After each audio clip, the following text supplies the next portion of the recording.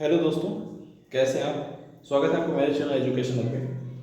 आज हम लोग भारतीय संविधान की सीरीज को आगे बढ़ाएंगे। इसके पहले हमने एनसीईआरटी बेस्ड जियोग्राफी की सीरीज को कुछ वीडियो दिए थे।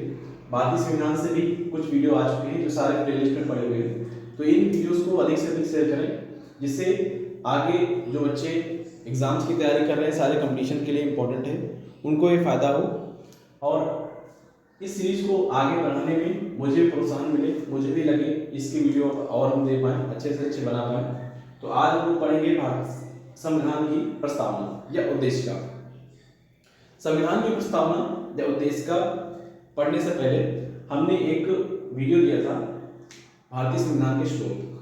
तो भारतीय संविधान के स्रोत कहाँ से, कौन से देश से हमारे भारतीय संविधान को प्रोत्साहन मिला, जहाँ से वो चीज़ें उठाई गई, पिकअप की गई। तो प्रस्तावना को उठाया गया था अमेरिका से। उसमें हमने सारी डिटेल में बताया था कि कौन सा देश से क्या लिया गया। तो भारतीय संविधान की जो प्रस्तावना है वो अमेरिका से ली गई, लेकिन इसकी जो भाषा है, संविधान भारतीय संविधान की जो प्रस्तावना की भाषा है, ये ऑस्ट्रेलिया से ली गई। कंफ्यूजन ना हो, एक बार हम क्लियर कर दें। संविधान की प्रस्तावना का जो स्वरूप है वो लिया गया अमेरिका से, और इसकी भाषा, इसकी लैंग्वेज वो ली गई ऑस्ट्रेलिया से। Okay, clear. अब भारतीय संविधान को अंगीकृत किया गया, डेट थी 26 नवंबर 1949 को। इस डेट को भारतीय संविधान अंगीकृत किया गया, लागू नहीं हुआ। लागू हुआ 26 जनवरी 1950 को। ओके, ये डेट सारी याद रखिएगा, कोई कंफ्यूजन ना हो और नोट करते रहिएगा इंपॉर्टेंट पॉइंट सारे। अब ये जो प्रस्तावना है, इसका मतलब क्या होता है, उद्देश्य का। इसको प्रस्तावना को उद्देश्य का भी कहते हैं। प्रस्तावना को एक विद्वान थे एम.एन. पालकीवाला, उन्होंने संविधान का परिचय पत्र कहा था। नोट करिएगा, एम.एन. पालकीवाला ने संविधान को क्या कहा था, संविधान को परिचय पत्र, प्रस्तावना को क्या कहा था, भारतीय संविधान का परिचय पत्र कहा था। और इसे भारतीय संविधान की आत्मा, संविधान की कुंजी के नाम से भी जाना जाता है। प्रस्तावना को भारतीय संविधान की कुंजी और भारतीय संविधान की आत्मा के नाम से जाना जाता है। ओके, इसमें और पॉइंट पढ़ते हैं। 42वां संशोधन किया गया 1976 में। 42वें संशोधन 1976 में 3 शब्दों को भारतीय प्रस्तावना में जोड़ा गया: समाजवादी,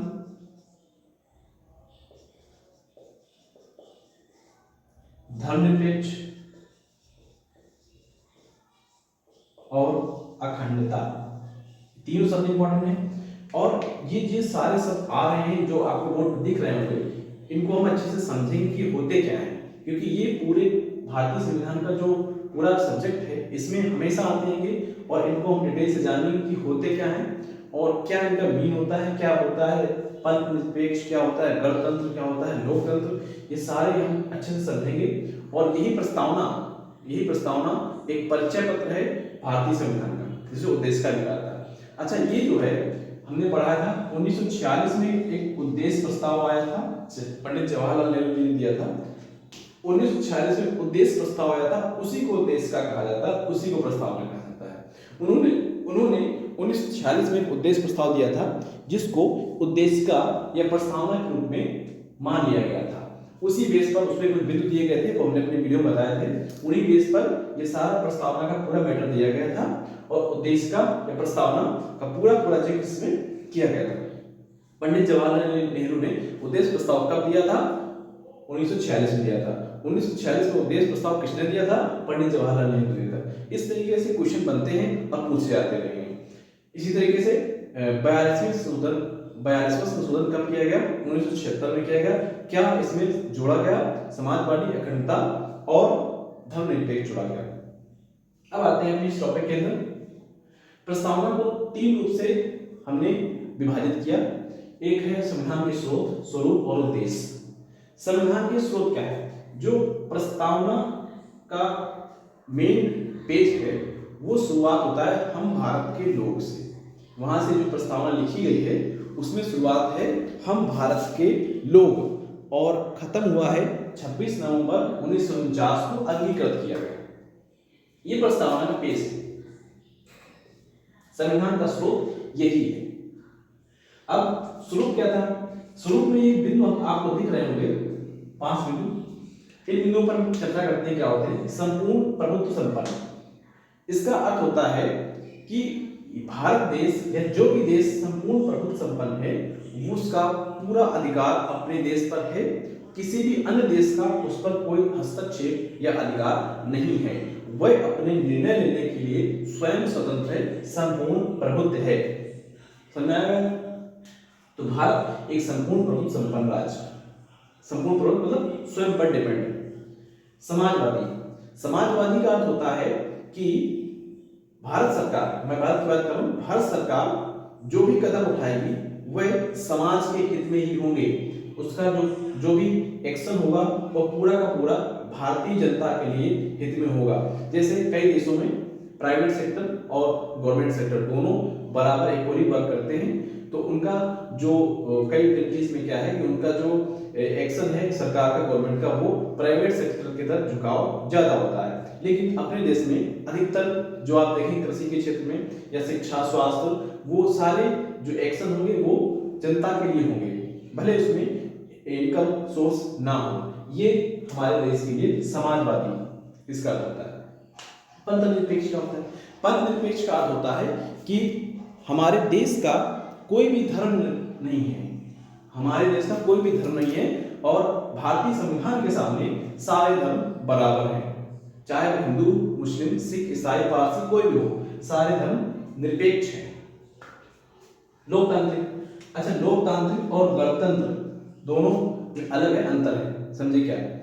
लोकतांत्रिक का मतलब होता है जनता का शासन, जनता का शासन, जनता ही चुनेगी और वही आएगा, ये होता है लोकतंत्र। ओके। और गणतंत्र या गणराज्य क्या होता है? गणराज्य का मतलब होता है कि कोई भी वंशानुगत राजा या उसका पुत्र जैसे पहले बनते थे वह राज नहीं करेगा। गणराज्य में कोई भी वंशानुगत नहीं होगा, वंश के आधार पर देश के मुखिया का चुनाव नहीं किया जाएगा, वंश के आधार पर देश के मुखिया का चुनाव नहीं किया जाएगा। गणतंत्र है, जो जनता चुनेगी वही ऊपर बैठेगा, उसी को हम कुर्सी पर बिठाएंगे। तो जनता का शासन, लोकतांत्रिक का जनता का ही शासन है, और गणतंत्र का वंशानुगत कोई भी मुखिया राजा नहीं बनेगा, जनता के द्वारा चुना जाएगा। ये हुआ स्वरूप, ये स्ट्रक्चर है भारतीय संविधान की प्रस्तावना की। अब आते हैं हम लोग उद्देश्य। उद्देश्य क्या है भारतीय संविधान की प्रस्तावना के? तो पहला न्याय, भारत की जनता को न्याय, सामाजिक, आर्थिक और राजनीतिक मिलना चाहिए। हम लोग अभी आगे जो पढ़ेंगे भारतीय संविधान में मूल अधिकार पढ़ेंगे, उसमें जानेंगे कि मूल अधिकार क्या क्या होते हैं, क्या स्वतंत्रता का अधिकार, क्या समानता का अधिकार, सारे डिटेल से पढ़ेंगे। तो न्याय, सामाजिक, आर्थिक और राजनीतिक, समाज में किसी व्यक्ति को न्याय बराबर मिलेगा और आर्थिक रूप से भी विषमता न फैले, ये भारत सरकार की जिम्मेदारी होगी कि आर्थिक विषमता भारत में न हो पाए और राजनीतिक विषमता भी भारत में न हो पाए, सब में समानता हो। स्वतंत्रता, प्रत्येक व्यक्ति को भारत सरकार की जिम्मेदारी होती है कि वह उसको स्वतंत्रता प्रदान करे, पूरी तरीके से स्वतंत्र हो, वह किसी के बाउंडेशन या किसी के बाद में ना हो। समता, समानता, समता अगर समानता है यानी सभी को बराबर अधिकार प्राप्त हो, किसी पर कोई ज्यादा या अधिक ना हो, गरीब अमीर का कोई भी भेदभाव ना हो। एकता और अखंडता, भारत अनेकता में एकता का देश है, हर एक राज्य में आप जाएंगे तो निश्चित सी बात है, कहीं भाषा, कहीं खान पान, कहीं रहन सहन, कहीं पहनावे, सब में अलग अलग अंतर होता है। यानी एकता में और अखंडता हमारी भारत सरकार की जिम्मेदारी है कि सभी राज्यों को, सभी जातियों को, किसी भी जात में कोई भेदभाव ना हो पाए, सबको एकता के साथ रखें, अखंडता, उनको उनमें किसी भी तरह का भेदभाव ना हो पाए और सभी में आपसी भाईचारा बना रहे, सभी में एकता बनी रहे, कोई भी खंड ना हो, सब अखंड रहे। बंधुता, बंधुता का अर्थ है भाईचारे से, तो हमारे सभी चाहे वो किसी भी सेक्टर में हो, प्राइवेट सेक्टर में हो, गवर्नमेंट सेक्टर में हो, गरीब हो, अमीर हो, उच्च वर्ग हो, निम्न वर्ग हो, सभी का एक ही नारा एक ही कानून होना चाहिए, भारतीय संविधान। ओके, व्यक्ति की गरिमा, प्रत्येक व्यक्ति चाहे वो अमीर हो चाहे गरीब हो, सबकी अपनी एक गरिमा है, सबका अपना सम्मान है, उसके सम्मान की रक्षा करना भारतीय संविधान की जिम्मेदारी है। और इसके लिए जो दिए गए हैं मूल अधिकार, उसमें बताया गया है कि कौन कौन से मूल अधिकार व्यक्तियों को प्राप्त हैं, क्या उसके अधिकार है जिसका हनन करने पर सुप्रीम कोर्ट या नीचे की कोर्ट्स उसका हस्तक्षेप कर सकती है। इस पर हम लोग डिटेल से पढ़ेंगे। तो उम्मीद करता हूं आपको ये समझ में आया होगा प्रस्तावना के कुछ शब्द जो आप अधिकतर सुनते होंगे, और आगे पूरे भारतीय संविधान के टॉपिक आएंगे, तो हमारा उद्देश्य रहा आपको इन्हें समझाने का प्रयास। तो चैनल को लाइक करें, शेयर करें और अधिक से अधिक शेयर करें, और जिससे चैनल जल्दी से ग्रो अप हो, और सब्सक्राइब कराएं। Thank you.